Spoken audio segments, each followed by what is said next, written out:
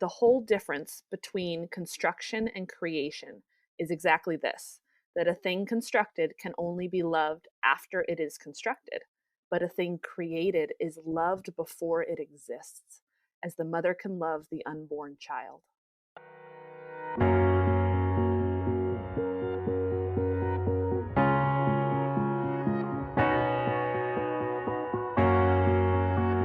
Welcome to Tales with the Sales, where we discuss stories that matter because you are living one. I'm your host, Jane DeSales. I'm a writer, poet, and storyteller. It is my pleasure to introduce you to authors as we explore how fiction impacts our lives and culture. My guest today is Patricia Meredith. Before diving into the realm of writing historical and cozy mysteries, Patricia was a fiction editor of novels, magazines, art books, and more. She currently lives just outside Spokane, Washington, on a farm with peacocks, ducks, guinea fowl, chickens, and sheep. When she's not writing, you could find her playing board games with her husband, creating imaginary worlds with her 2 children, or out in the garden reading a good book with a cup of tea.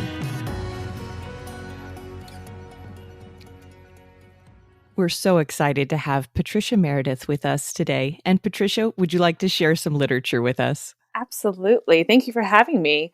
So I'm Patricia Meredith. I'm the author of the Spokane Clock Tower Mysteries, which are set here in Spokane. So it's really fun to speak with another local Spokanite. But one of the pieces of literature that really inspired me and my writing was Connie Willis's To Say Nothing of the Dog, which is actually a time travel, science fiction, historical fiction conglomeration. She has some really funny things to say. And one of my favorite quotes is this one. It is a temporal universal that people never appreciate their own time, especially transportation.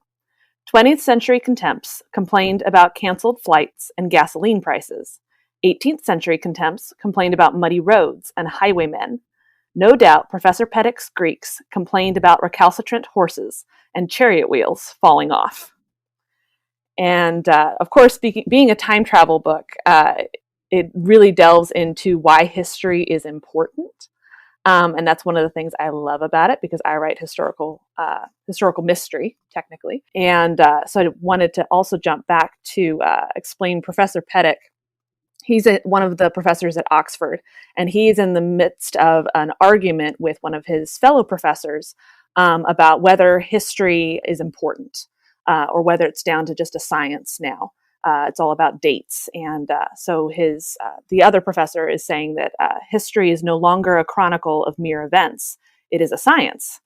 And Professor Petit argues, mere events? Do you consider the Greeks' defeat of the Persian fleet a mere event? It shaped the course of history for hundreds of years.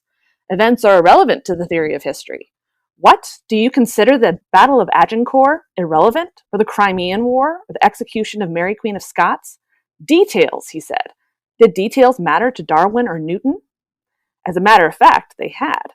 As Lady Shrapnel is so fond of saying, God is in the details, which is a quote I often repeat to myself.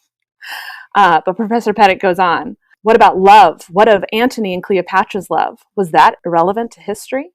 What of Richard III's villainy? What of Joan of Arc's fervor? It is character, not populations, that affect history. And then he says, the action of the individual, that's the force driving history. Not overforces blind, impersonal forces. The history of the world is but the biography of great men, Carlyle writes, and so it is. Copernicus's genius, Cincinnatus's ambition, St. Francis of Assisi's faith. It is character that shapes history. That has greatly inspired me. I love it. I love it. So where were you in your life when you first encountered this? I was in college, so I got a creative writing degree from Whitworth here in Spokane. That's what brought me to Spokane. I'm actually an Army brat, so I'm from all over, and then from Colorado most recently, and then ended up here at Whitworth. One of my professors, Vic Bob, who is greatly influential in my reading and writing, he pointed me towards P.G. Wodehouse, who is hilarious and wonderful and witty. And he said, and then you need to read Connie Willis, because she is a modern day P.G. Wodehouse. A lot of what she writes is just spot on. She weaves in faith a lot into her writing. She'll make some very interesting comments. The best Christmas story ever is the Nativity, and why it is the best Christmas story ever, that it has everything. It has battle, and it has, loss, and it has grief, and excitement, and adventure, and travel, and all these overcoming of obstacles just to even get Jesus here at the right time, at the right place, to the right people. And I love that. I love looking back through history and seeing how God is just. We were just watching Prince of Egypt last night, actually, and I love the song about we are a thread in a tapestry, and it's all woven together. And it's so beautiful to look back and see how God has interwoven all of those events in history, like what she was writing about in To Say Nothing of the Dog. So anyway, so that's the long story of how I came to know the book, and then I discovered all of her other books, and she's a wonderful author with lots to say about history, and it has greatly influenced my choice to go towards historical mystery versus just cozy mystery. So, yeah. I find it interesting when you were talking about how she sees, it's these lives that, I'm a homeschooling mom, and I believe you're a homeschooling mom as well. Yes. And before we hit record, we were talking about the importance of history. Yes. And I love the fact that I get the freedom to share narrative tales about history, not these stamps of dates on a timeline. And not that those dates aren't important, but like you said, the people, their lives, that's what's important. And sharing those lives, and of the great people, but even of some of the little people, that. And I think that that's one place where historical fiction can get really exciting. Exactly. That's why I love it. It doesn't just follow the lives of the great people. It follows the lives of the little people, even these fictional little people. Exactly. Which is why, like in my book, I decided to make up my main characters, but I set them amongst real people in history and real events and real locations. It's so important to remind ourselves that that these people were real people, that they were experiencing real things. So, like in my book, they're about to cut the police force in October, and that really did happen. And that's very pertinent to today and a lot of the things they were dealing with the police force at that time. So we've all, especially in the last couple of years, almost all of us have been touched in some way by either the loss of a job or switching of jobs. And so it's a very pertinent event. And by placing a fictional character amongst a historical event, it reminds us that, there's nothing new under the sun. There's nothing new under the sun. In fact, there's another quote. Let's see. August Wilhelm von Schlegel said, "Historians are prophets looking backward." And I love that. Well, and it's a catch-22 in some ways, because we do look backward, and that's important. And I love history. That was actually one of my foci when I got my degree, was history. I did not study that. History, political science, and sociology. Okay, yes. And the thing about it is you have that little question mark, though, because you need to get such a variety of sources for your history, because you recognize that everybody's experience of history is through a different lens. Exactly. I do like that through your story, you're covering people that would seem insignificant to the historical milieu, and yet they had huge impacts on what happened in their communities. Right. I mean, it is people. Yeah. I wanted to share with our listeners, this is something that I thought was really neat. And Patricia is my first author that's local, not just in the same time zone as me, but in my city, the city of Spokane. But how I found out about you is I was at the bookstore in my neighborhood, the used bookstore in my neighborhood that I can walk to, that I walk to with my kids, and they told me about you. They're like, "Oh, do you know Patricia Meredith? Yeah, she was in here. She was doing research. She was flipping through all of our historical books and seeing what her characters would have been reading." And I thought, "Oh, this is someone who's fascinating." And, neither you nor I would probably be super high up on the, people of history to check out.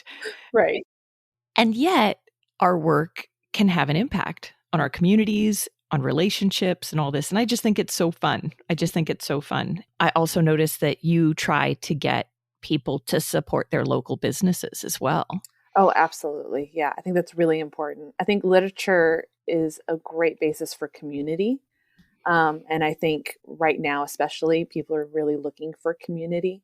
And, that can happen online as well as in person. One of the other books that that has really, that really pushed me 2 years ago is Jennifer Fulwiler. I don't know if you've heard of her. Oh, I know Jennifer Fulwiler well. Yes. Well, not personally. Like, I haven't had her on the show. Oh, you should invite her. She's amazing. Well, she needs to write some fiction then. I know she does. I know, but her One Beautiful Dream is why I'm homeschooling and why I decided to write. My youngest was 3, so I have a 6-year-old now, 6 and 8-year-old. I've always wanted to write books. In fact, the first draft of the book that I just published was written when I was pregnant with my firstborn, and before that, I was an editor. So I was editing other people's books, and I kept thinking, I could do this. I've always wanted to do this. I wanted to do children's literature. God geared me towards mystery. That's where I ended up.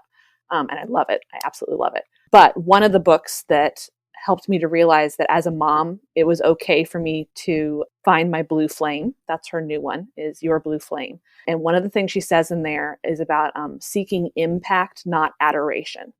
And that's absolutely my prayer, is that, I am not out there to become the next Brandon Sanderson or Agatha Christie, or that is not my goal. My goal is to point people towards the truth and towards the good and the beautiful, like you said, and that there is something beautiful about this life and about people, that people are important. And in a world where more things are happening online and there's a lot of anonymity there, I think we're losing that touch of speaking with people and the impact that they can have on our lives and the impact we do have on their lives, and taking that for granted.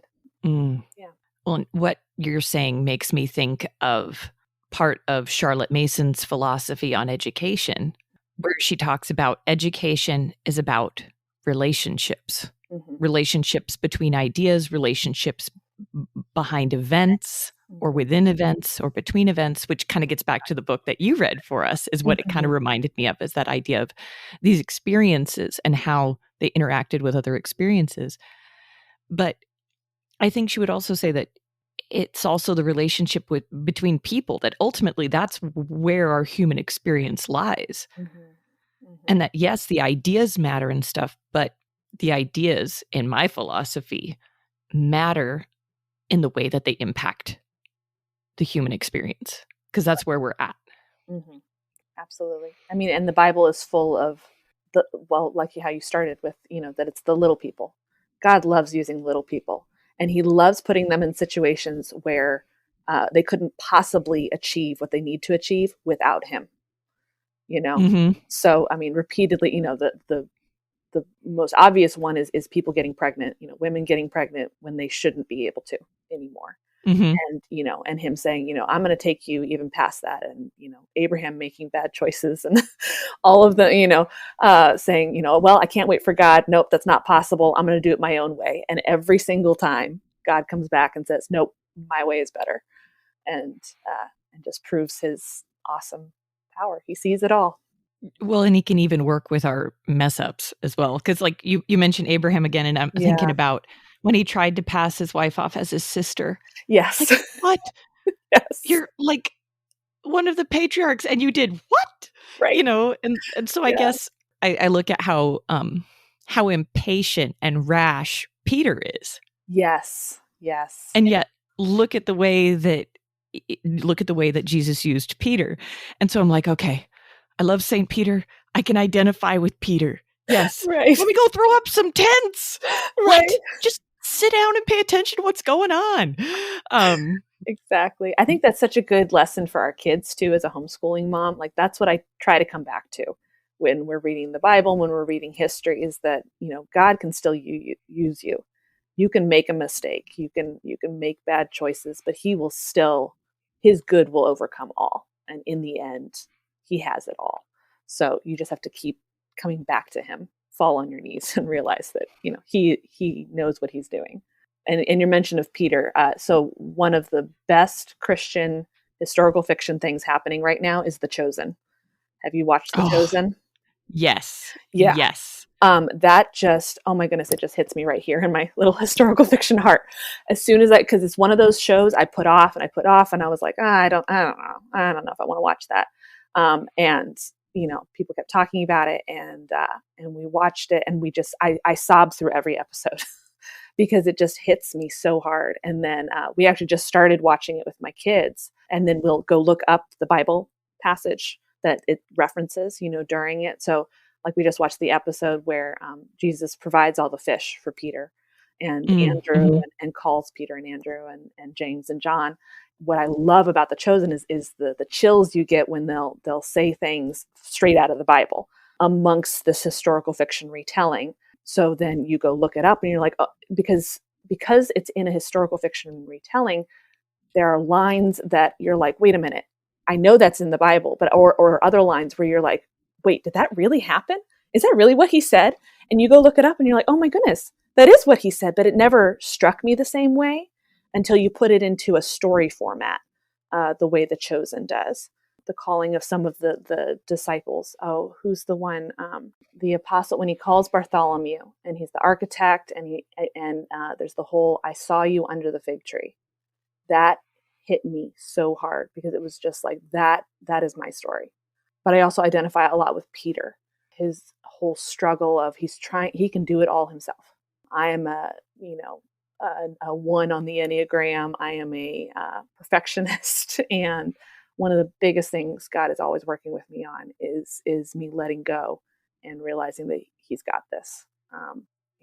And that's why I love looking back through history and reminding myself of that, especially over the last 2 years. So.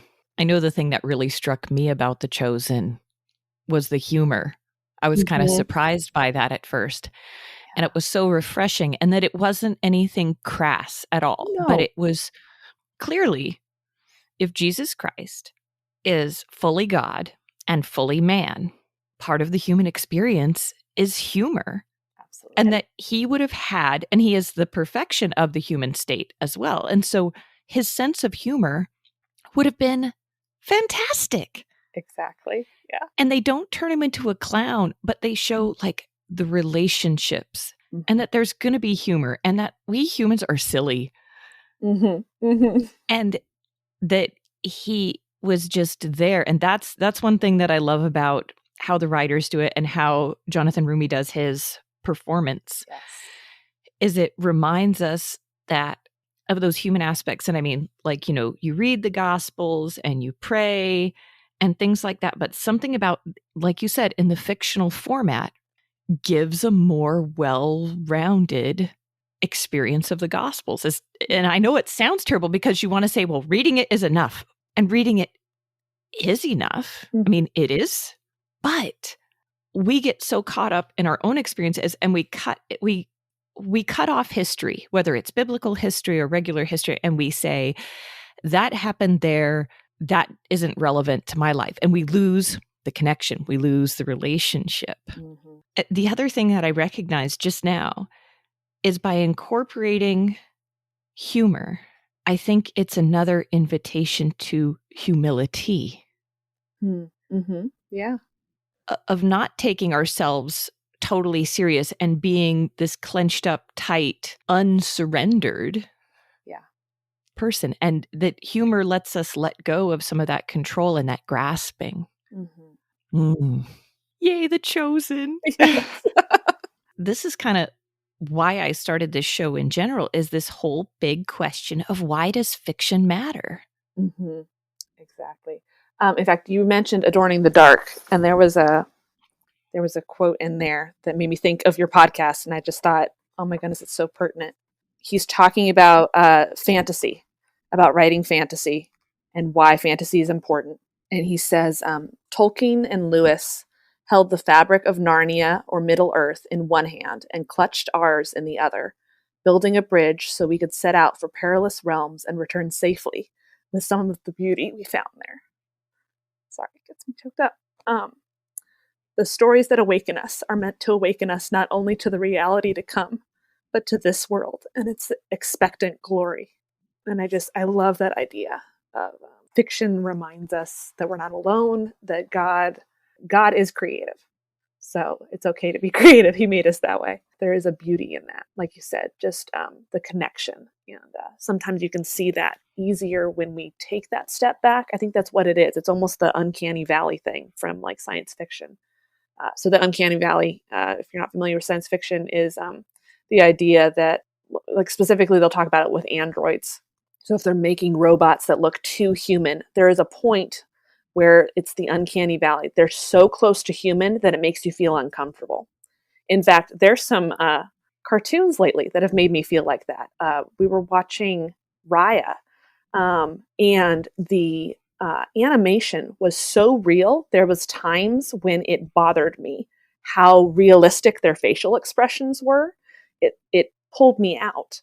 And that's something they'll talk about in science fiction. So the idea that we'll never make robots that look exactly like us. So iRobot, things like that, that'll never actually happen because it'll make us feel too uncomfortable, mostly because we'll see ourselves in it. And I think that it makes me think of how God created us, that we, yeah, I guess, where was I going with that? That he instilled us with creativity and just like him. And when we the closer we get to God, the more we identify with him and are like, wow, you, and yet also it helps us realize how far we are from him, how distinct we are from him, that he is so beyond our comprehension. So you step a little bit closer and then fall on your knees, and then step a little closer and fall on your knees because you're just overwhelmed by who he is compared to us. That we are, we are the characters in the book that he has written. Authors will talk a lot about, the character spoke to me and said, that it wanted to have its own story, or it didn't want to do what I wanted it to do. And I always think of God looking at us that way and going, oh, come on, just come on, just do what I told you to do and it'll turn out okay. I love that image because with so many authors that I've interviewed, they talk about, well, it's not like I had control over my characters. Yeah. They talk, philosophically and theologically that one of the necessary things for love to exist is free will. Mm-hmm. Yeah. That you can never force someone to love something or someone else, that it has to be of their own volition or it's not love, it's something else. Right. The relationship of that with God and, why he had to allow us to have free will makes sense. But then even in this sub-creation that Andrew Peterson actually talks a lot about in Adorning the Dark, that you as the author are the sub-creator, and that in light of that, it makes sense why these characters can bother us so much and be like, no, I'm going to go off and do this. Mm-hmm. And it also makes sense why we get so mad when they die. why as readers, we don't want them to kill the darlings is because the free will, the free agency of that character within this art form of literature, they actually demand a little bit of love, a little bit of respect. And so when we lose them, it can be really hard because they exist. What can I say? I'm a book nerd. Oh, me too. Literature is so much fun though, because of the interaction that you can have with somebody, because you are going to read something that I'm going to read and take something completely different from it, because your experiences are going to define how you read that in a way that it will never define how I read it. And I think that's so magical. It's so mystical if you really start thinking about it, about the power of writing and story and how unique we really are.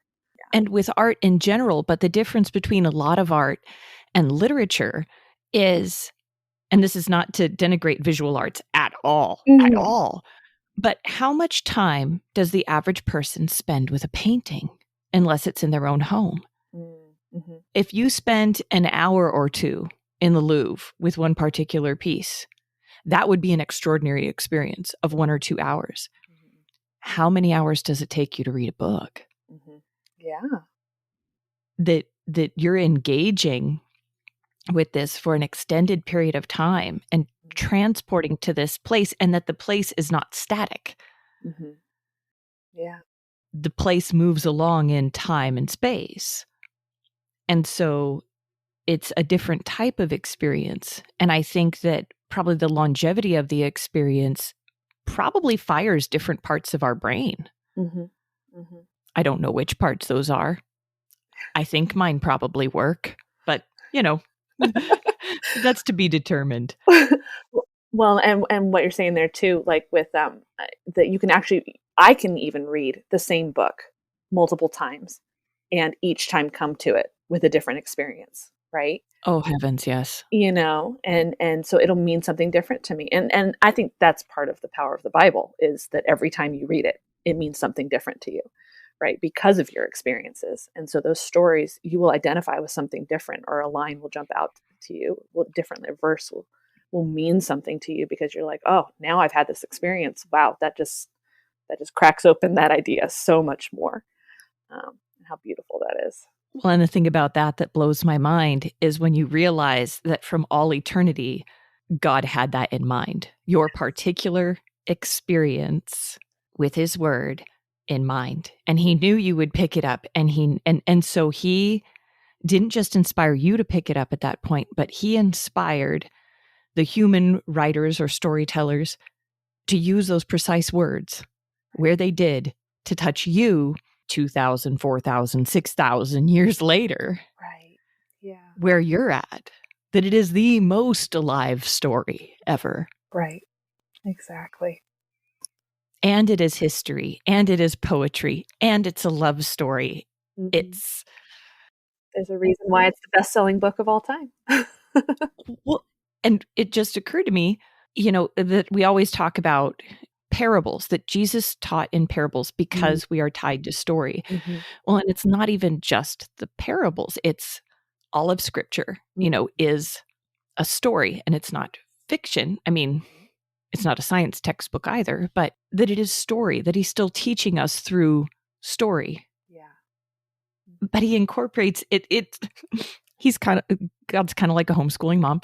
Yeah. He's got, because he puts the timeline on the wall for you, and he puts the map, and he tells you how long it took to walk from this place to this place sometimes.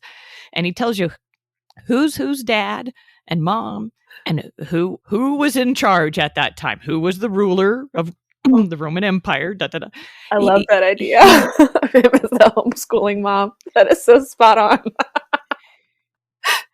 And I never realized that, but it's exactly that. He just takes us alongside, and he says, I want to show you my love. Mm-hmm. And really, as homeschooling moms, isn't that what we're doing too? Exactly. In fact, okay, sorry, it reminds me of another quote. G.K. Chesterton. Let me find. I collect quotes. I love quotes. So the whole difference between construction and creation is exactly this: that a thing constructed can only be loved after it is constructed, but a thing created is loved before it exists, as the mother can love the unborn child. I love that. Because I love the stories in my head that nobody else has seen yet. I think you're familiar with G.K. Chesterton, right? I think you've mentioned him before. Yes, I love me some Chesterton. So Father Brown is one of my favorite detectives of all time. Father Brown. And then Dorothy L. Sayers is another one. I love her, Lord Peter Wimsey and all of those. But both of them also write really good nonfiction about their faith. And about, G.K. Chesterton has some great ones about orthodoxy and all sorts of things. And those things don't necessarily stay with me as long as a Father Brown story or a Lord Peter Wimsey story. Those stay with me more. I've read a lot of Chesterton's fiction, and then I'm pretty sure I've read Orthodoxy. If not, I've started it like 5 times, but I'm pretty sure I've read through the whole thing. Yeah. And I really liked What's Wrong with the World. That made me think about some very interesting ideas, I have to admit, and they would be considered so inappropriate in today's culture, which makes it more interesting. Right. But it was especially with What's Wrong with the World, when he talks about like the experience of femininity or masculinity and things like that. it was really interesting ideas for me to read because my minor in college was actually in women's studies. Oh. And so to be very immersed in radical feminism and seeing what that whole worldview was about. And then to read someone who has the utmost respect for women, but has a very different worldview of what femininity brings to the table and things like that was really, it was a really great exercise in contrasts, if that makes sense. Yeah. And so I really enjoyed that. But same as you, my favorite quote from Chesterton is a paragraph at the end of one of his short stories of Father Brown. He's another one who Vic Bob actually recommended to me. All right. I think I found it. All right. I'm excited about this because I rarely get to read on the show. And so here we go. This is from G.K. Chesterton's The Scandal of Father Brown, which is one of his short stories. And this is after he solved a murder mystery, because for those of you who are unfamiliar with Father Brown, he is this little English priest who goes around and solves mysteries, and there's dashing French bad guys and all sorts of cool stuff. Everyone should read Father Brown. It's lots of fun. Absolutely. So this is after he's just been immersed in the sadness and darkness of the fact that a murder has occurred. And this is the end of, this question of why. He raised his eyes and saw through the veil of incense smoke and of twinkling lights that benediction was drawing to its end while the procession waited. The sense of accumulated riches of time and tradition pressed past him like a crowd moving rank and rank through the unending centuries. And high above them all, like a garland of unfading flames, like the sun of our mortal midnight, the great monstrance blazed against the darkness of the vaulted shadows, as it blazed against the black enigma of the universe. For some are convinced that this enigma also is an insoluble problem, and others have equal certitude that it has but one solution. Exactly. And there's some really funny stuff in Chesterton's fiction that, he covers the dark, the comic, all of it. But he's looked head on into the problem of evil, and he sees all these people who've lost their hope and things like that. And yet he knows the way out. He knows the emergency exit with certitude. Yeah. So that's my Chesterton. Absolutely. Oh, yeah. And he'll often have things like that sprinkled throughout where you're just like, wow, that's profound. that needs to be on my wall. Because in the end, I mean, like your whole podcast is about searching for the true and the beautiful in literature. Those are the things that stick with you. Especially in light of the P word, the pandemic. I've come to realize that art is an essential service. That our human existence does not make sense in the absence of art. That, our earliest brothers and sisters in whatever indigenous culture had art, had beauty, had storytelling, that these, they might not have, and I find it so funny that I'll be reading, some history for the novel that I've been working on that who knows when it'll ever be done, but it's a historical fiction. And I'm reading research on this and stuff. And the way that so many authors are dismissive of another culture because it didn't have a written language. They'll say, and that they'll use that as the definition of whether it was a civilization or not. Yeah. And I'm like, how can you even use that as the definition? Did they have art? Like, to me, did they have culture? Right. Did they have trade with other societies? Did they have art and storytelling? And I mean, storytelling's from the dawn of time, Yes. You know that from the very beginning, Adam and Eve are going to be telling their kids the story of what happened in the garden. I wonder how they told that story. Was it, man, I messed up? Or did they focus on the beauty that came before that? Or did they, I wonder. And did they ask the question of hope, of where do we go from here? Exactly. Because in the end, that's what is getting us through all of this, right? That Christians, thankfully, can cling to the hope of Jesus, and that God's got this.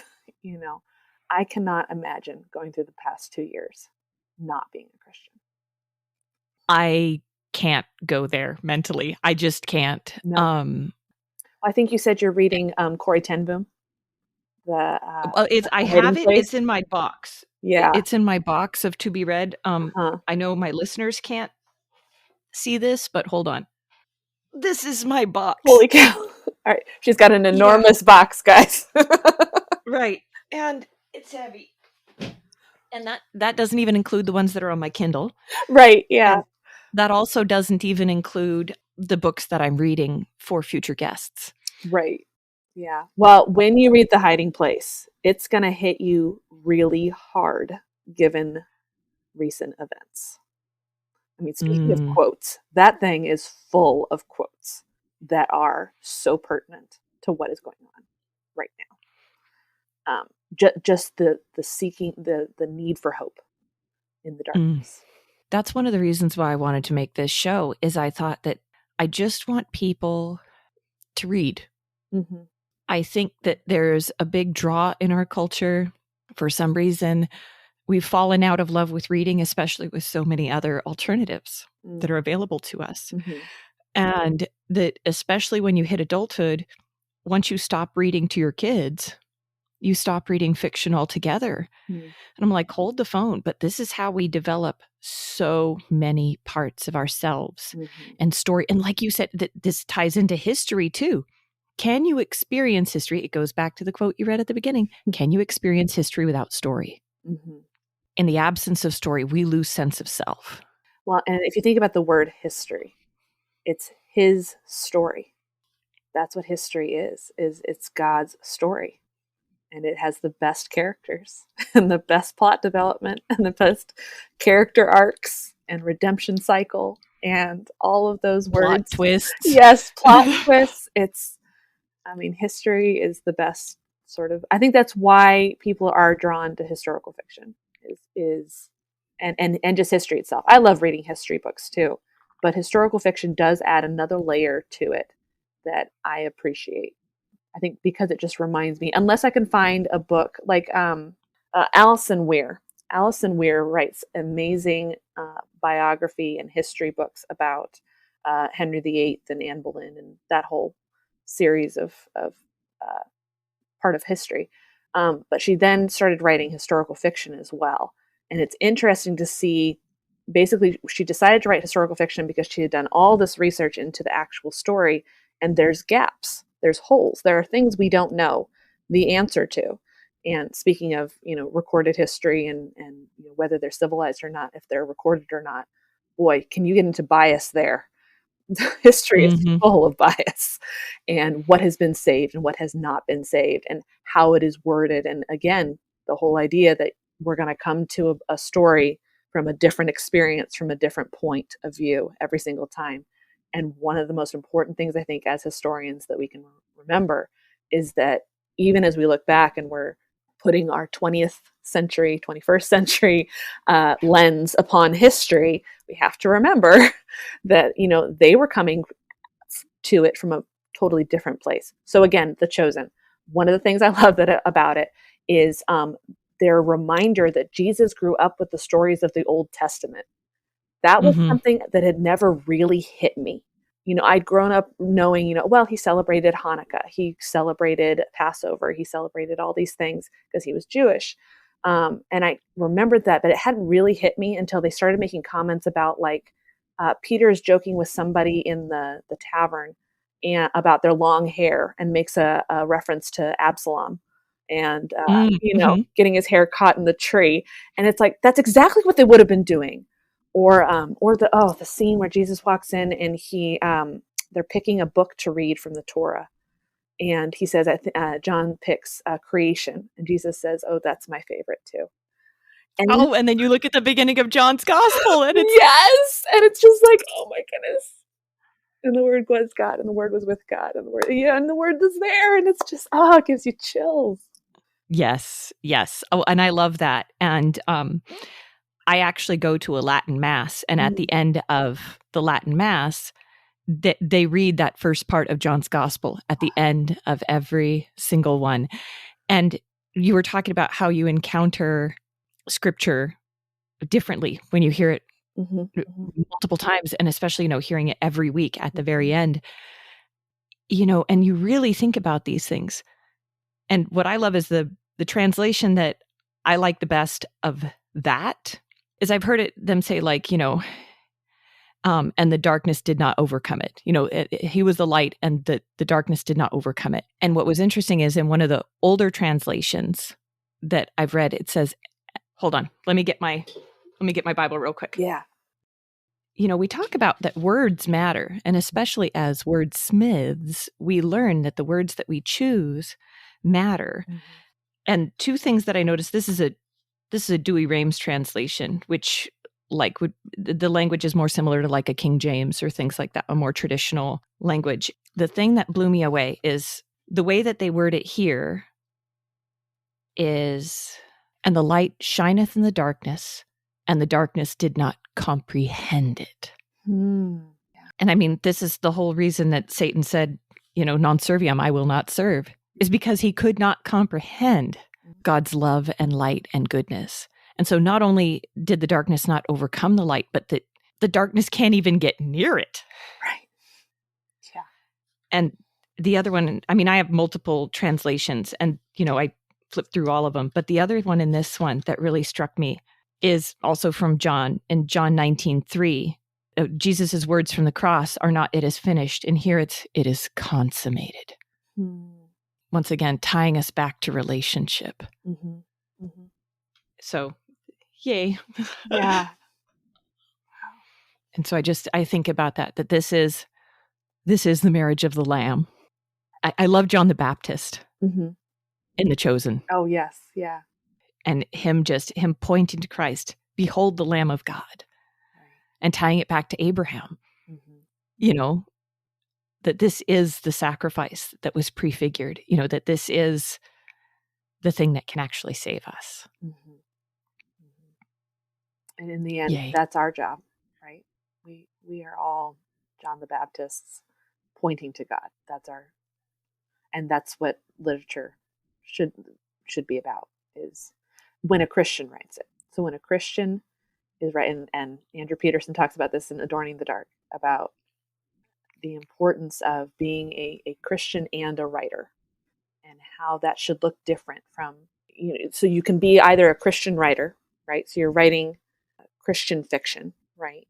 Or I do not write Christian fiction. That is a choice that I made, but I am absolutely a Christian writer. So there will be Christian themes in all of my books. And in the end, it's because that's my worldview. And so it's going to influence how I write. But also, I love what he says in there about just that it is our job to point toward the light. For those who are suffocating in darkness, to point towards the hope, towards the light that overcomes the darkness. We can do that in small ways. And we are John the Baptist pointing towards that truth and that hope, and that he's here for everybody. So no matter where you are at in your life, that he's written a good ending for you. He has. Yay. Well, why don't you tell us, fabulous Christian author of fiction, there we go, what do you have coming up soon? So the first book in the Spokane Clock Tower Mysteries, Butcher Baker Candlestick Taker, is available now. And then the sequel will be coming out on May 17th, which is the same day as the book takes place. So I will be releasing historical articles and things leading up, straight out of the Spokesman Review, straight up, leading up to the events that happen in the book. So it'll be exactly 121 years after the events of the book, right? And it's very tied into local history. A lot of things that happened in May of 1901 here in Spokane. I can smell the lilacs now. Yes. Oh, and it's so much fun. The next two books. So I've written the next two. So I've got the first 3 done in the cycle, and I'm hoping to write 12 books in the series. We'll see how that works out. But it's so much fun to tie it into history, to go looking in the Spokesman Review and looking for articles and going, oh, that's what happened. That's what was happening in town. And like Allison Weir does, looking for those gaps to fill it in. And it's a great place to tell stories. So yeah, so I've got a lot of projects in the works right now. So. And where can people follow you on all this work? So my website, patricia-meredith.com. If you sign up for my newsletter, you get a free short story. Right now I've got one called Murder for a Jar of Red Rum, which is a palindrome story, just like the title. And it's inspired by Agatha Christie's real disappearance, which happened, she was gone for 11 days. Some people might know it from the Doctor Who episode that tries to explain it. There's lots of different theories for what actually happened. And it's one of those, even in her autobiography, she doesn't explain what happened. So it's kind of inspired by that. But anyway, so that's my website. And then I'm on Facebook and Instagram and Goodreads. All is at P. Meredith Author. And I'm always posting fun things about history and quotes. Like I said, I collect quotes. So I love sharing those with people and inspiring other authors through that. Well, and I know of another place where people can get your work, and that would be the Spokane Public Library. Yes. Oh, and I love libraries. Your public library. Yes. Ask your library to go ahead and buy this book. I am telling you that Butcher Baker, Candlestick Taker will have very broad appeal. And it's not just for Christians, it's for everybody. It's a very enjoyable book. And I even got to listen to the audiobook, which is very, very well done. Excellent. Yes. She did such a good job.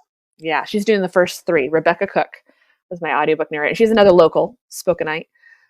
Is she? Yeah. So at the Campbell House, if you've ever been there, she plays Huldah, the cook. So if you go there at Christmas time, you can meet Rebecca Cook.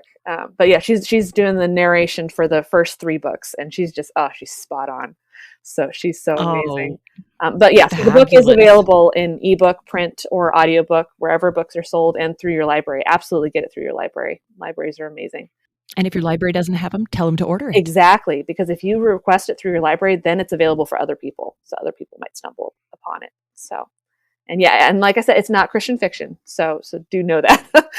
There's definitely some themes in there. So no, it was very enjoyable. It was and you also don't need to be from Spokane to appreciate it. No. But if you are from Spokane, I mean, you just enjoy it so much because you totally see yourself taking a streetcar up the hill, going past Manitou Park. I mean, you can just see it, which wasn't Manitou Park then, and you'll find out what it was. That's correct. If you read the book. That's right. It's so much fun. I figured it was about time somebody wrote about Spokane. I love Spokane. I love it. I really do. But I think it's time for us to learn a little bit more about you in the Rando Round. Oh, good. I wasn't sure we have time. I have. Yes, of course we have time. There is always time for the Rando Round. And we have our 100 over-caffeinated questions. And we have the dice. So, tie-dye or pink mermaid sparkles. Oh, pink mermaid sparkles for my daughter. Fabulous. All right. So I'm going to roll these puppies and see what we come up with. All right. 37. I've been hitting a lot of 30s lately. What is your favorite word? Ooh. So a word that I discovered when writing Butcher Baker, Renarian, and it means to be frog-like. They look like a frog. And it's a word that I use to describe one of my main characters, Archie Prescott. And then I try to define it in there too. But it's the word that most people come to me and they're like, I had to look up a word in your book. It's like, yep, Renarian. I love it. And it's one of those words that was common back then, I guess. I guess a lot of people look more like frogs. I don't know. Awesome. Well, maybe we've, skewed a little less amphibian at this point. I don't know what species we are like now. Yeah. I probably don't want to know. No. Let's see what else we come up with here. 97. What is your best MacGyver moment? I mean, in literature, I can think of some, like when I'm writing.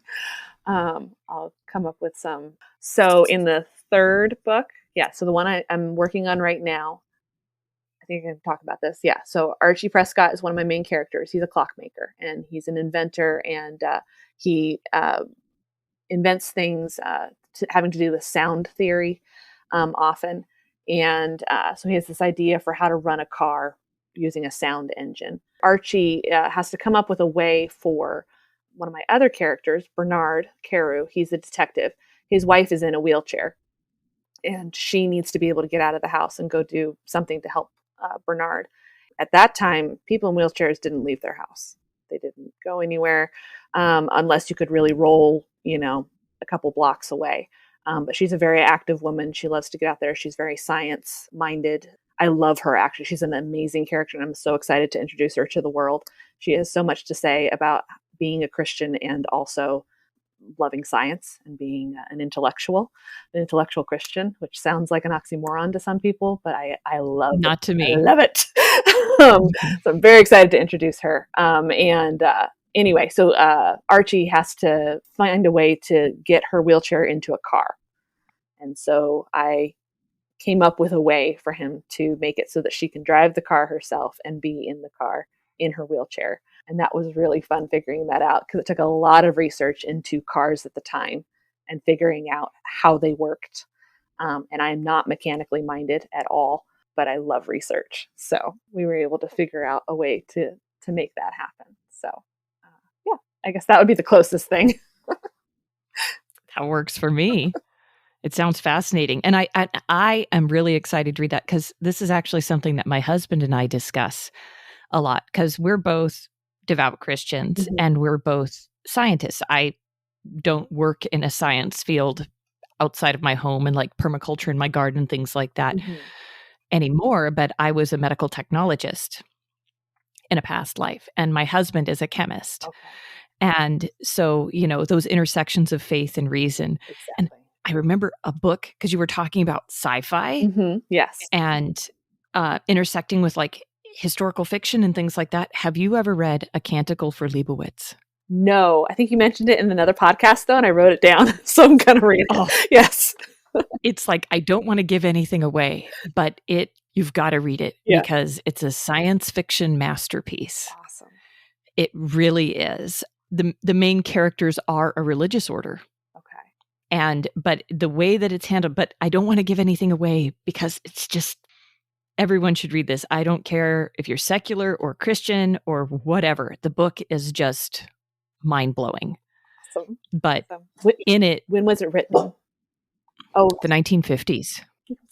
Dogs are good.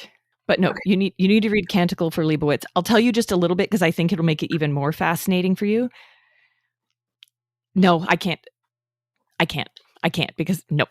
It's okay. It's on my TBR. I will read it. Oh my gosh. And then we'll meet and we'll discuss. Yes. Because it is mind-blowing. And the thing my husband mentioned to me, because my husband is a total nerd, loves science fiction, things like that.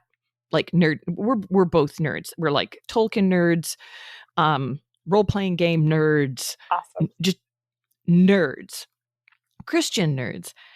And he said, I never thought that someone could write such a good science fiction story where there's no incongruity between religious faith and the science fiction.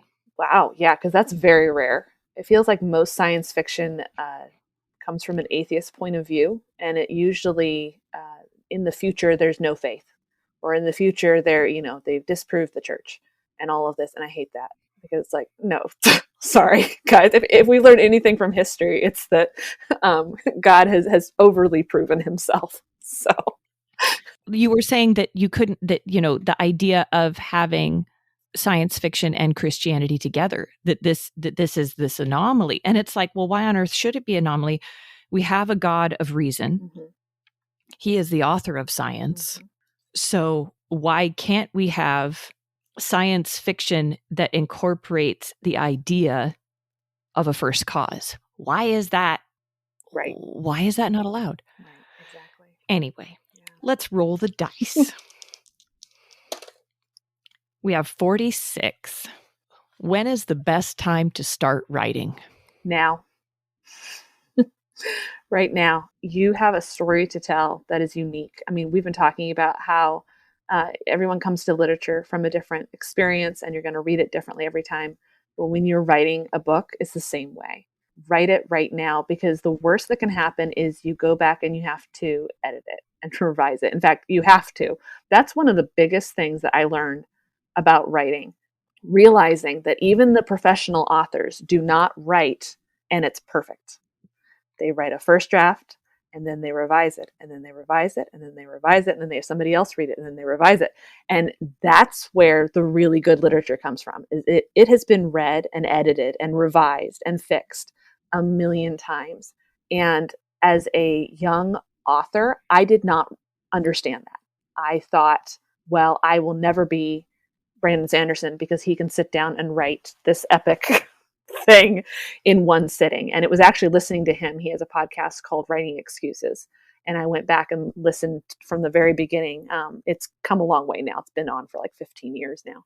But the earlier episodes in particular are amazing because it's because he admitted to the world that his first drafts are not perfect and that they required revision. And I thought, what? Oh my goodness, mind blown. That's amazing. Because it means that I can write something crappy and turn it into something amazing, which means anybody can do that. You know, it's a craft. It takes time. It takes effort. It takes putting yourself out there. It's very vulnerable, a very vulnerable moment of letting other people read your work, but you kind of grow callous over it after a while. That's why I use beta readers. So beta readers are people who read your book before it's published. And I have a lot of them, and they come from different walks of life, different worldviews, different experiences, especially because I'm writing historical fiction. I wanted it to be very accurate. And so I had, a clockmaker that I talked to help make that realistic. I had a blacksmith who actually went to Japan and studied the Japanese art of blacksmithing, which is why I have a Japanese blacksmith in my book, and then somebody who knows Spokane history and all of that. So in the end, learning and talking to people, you have a story to tell and it's worth sharing. Somebody needs to hear your story. Whether it comes out terrible and you end up just tweeting it, that's still a story. Somebody needs to hear it. Thank you for that. And just for people to know, how long did it take for you to go from beginning Butcher Baker Candlestick Maker until you published? So, yeah, if I'm very honest with myself, the very first draft of it, which is so far from what I ended up with, but the very first draft I wrote 8 years ago when I was pregnant with my firstborn. And then I took a 5-year break and then discovered Jennifer Fulweiler, who told me that I could write, that it's okay to be a mom and write. And so I jumped back in there, and my husband sent me to the Campbell house. So that's been, I said 8 years. So no, that's not right. About 4 years later, because it's been about 4 years in the current rendition working on Butcher Baker Candlestick Taker. That being said, the sequel I wrote in a year, and the third book I've written in 6 months. So it's gotten shorter because the major research of figuring out what was Spokane like in 1901 was in the first book. But now I've got my characters, I've got my plan for the rest of the series, and I know how to do the research much better now. So it's gotten easier. So I expect the future books to roll out pretty much easier. Hopefully, you will not be. No, I promise you that you will not be waiting 10 years between books. So. Oh, I'm still waiting to get my first book off the ground. We'll see how it goes. It's only been, this is year 3 so far. So I figure I've still got a good 5 years to go. I'm okay. It's worth it. Listening to other authors talk about their experience and things like that has just been so encouraging to me. Good. And I've gotten to read so many amazing books that it just makes me very happy. And meeting amazing people. I just love the connections I make with people. Exactly. Yeah. But sadly, I think our time is coming to a close, and I have to ask you the last question. Oh. And that is, what gives you hope right now? Reading the Bible. I mean, all of our discussions about going back and reading it through, but let me clarify that. So not just reading it on my own, but reading it with my kids specifically. When I read the Bible with my kids, because of their innocence and the way they approach the stories and the questions they ask, it brings this whole other level and reminds me of how much hope I do have. That I think sometimes I even take it for granted because, like I said, through the last 2 years, I can't imagine not being a Christian and not having that hope to pull me through. And so talking with my kids and reminding myself with the very words I'm saying to them, right, and the very stories I'm reading again, God's got this. And like you said, no matter how dark it is, no matter how much we cannot comprehend the dark, Jesus can. God can. He's, and the Holy Spirit is with us, and thank God for that. So that gives me hope. Well, Patricia, thank you so much for joining us. This has been so much fun. Absolutely. So much fun. And I'm just so grateful for your time. And I look forward to us chatting again in the future. Excellent. Absolutely. Thank you so much for having me. This is wonderful. If you enjoyed listening to this conversation, click on the follow button for more tales every other Tuesday.